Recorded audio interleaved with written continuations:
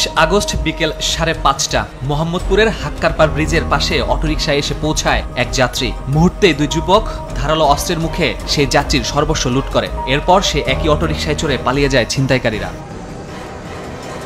সরেজমিনে সেই ব্রিজে গিয়ে জানা যায় ছিনতাই এখানকার নিয়মিত ঘটনা। চন্দ্রিমা থেকে সহজে বসিলা যাওয়া যায় বলে এই ব্রিজ অনেকেই ব্যবহার করলেও ছিনতাই আতঙ্কে থাকতে হয় সব সময়। চন্দ্রিমা হাক্কার পর্যন্ত খুব খারাপ এলাকা, দিন নাই দুপুর নাই সকাল নাই ছিনতাই হয়, নিরাপত্তাহীনতায় আমরা ভুগতেছি, সমাধান জরুরি।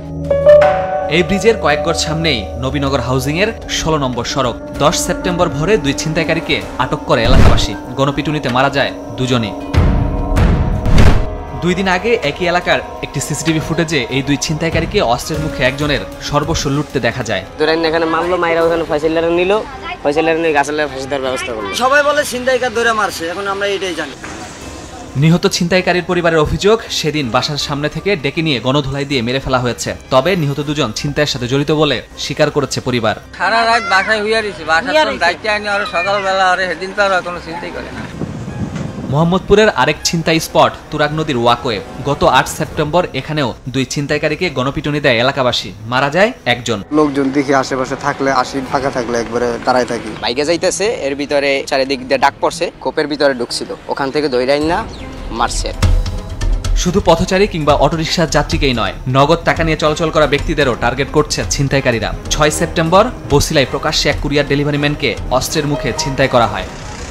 ১৩ সেপ্টেম্বর তুরাগ হাউজিংয়ে ময়লার টাকা উত্তোলন করতে গেলে ম্যানেজারকে অস্ত্রের মুখে ৬০,০০০ টাকা ছিনতাই করা হয়। এই ঘটনায় মামলা করতে গেলে ভুক্তভোগীকে ফোনে হত্যার হুমকি দেয় ছিনতাইকারীরা।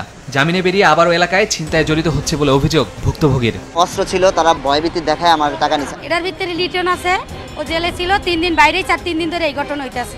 তারপর রিয়া, ৩ জনে মিলে সবকিছু করতেছে।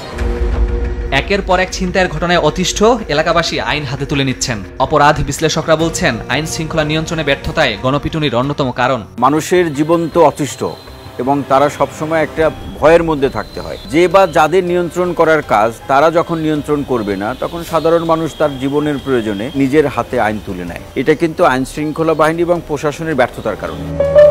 র‍্যাব বলছে অপরাধপ্রবণ এলাকায় বাড়ানো হয়েছে টহল। তবে পুলিশের দাবি, ছিনতাইয়ের ঘটনা ঘটা মাত্রই আসামি গ্রেফতার হচ্ছে। শহরতলি এলাকাগুলোর দিকে ফোকাস করি, তখন হয়তো তারা মেইন রোডের দিকে চলে আসে, আবার মেইন রোডের দিকে ফোকাস করলে তারা শহরতলির দিকে চলে যায়। সবকিছু মিলিয়ে আমরা আমাদের নজরদারি রেখেছি। ৭০০-র অধিক এই ছিনতাইকারীকে আমরা গ্রেফতার করে তাদের বিরুদ্ধে মামলা দিয়েছি। আমাদের রোবাস্ট পেট্রোল, নিয়মিত ইন্টেন্সিভ পেট্রোল এই ঢাকা উদ্যান, মোহাম্মদপুর, আদাবর, হাজারিবাগ অত্র এলাকায় ২৪ ঘন্টা আমাদের ১৮টা পেট্রোল টহল করে। মোহাম্মদপুরকে অপরাধ মুক্ত করতে রাজনৈতিক দলগুলোকেও এগিয়ে আসার আহ্বান আইন শৃঙ্খলা বাহিনীর।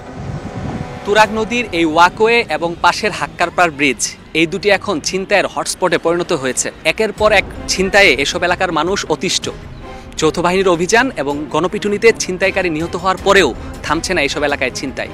বিশেষজ্ঞরা বলছেন, নিয়মিত টহলের মাধ্যমে এই সমস্যার সমাধান হতে পারে।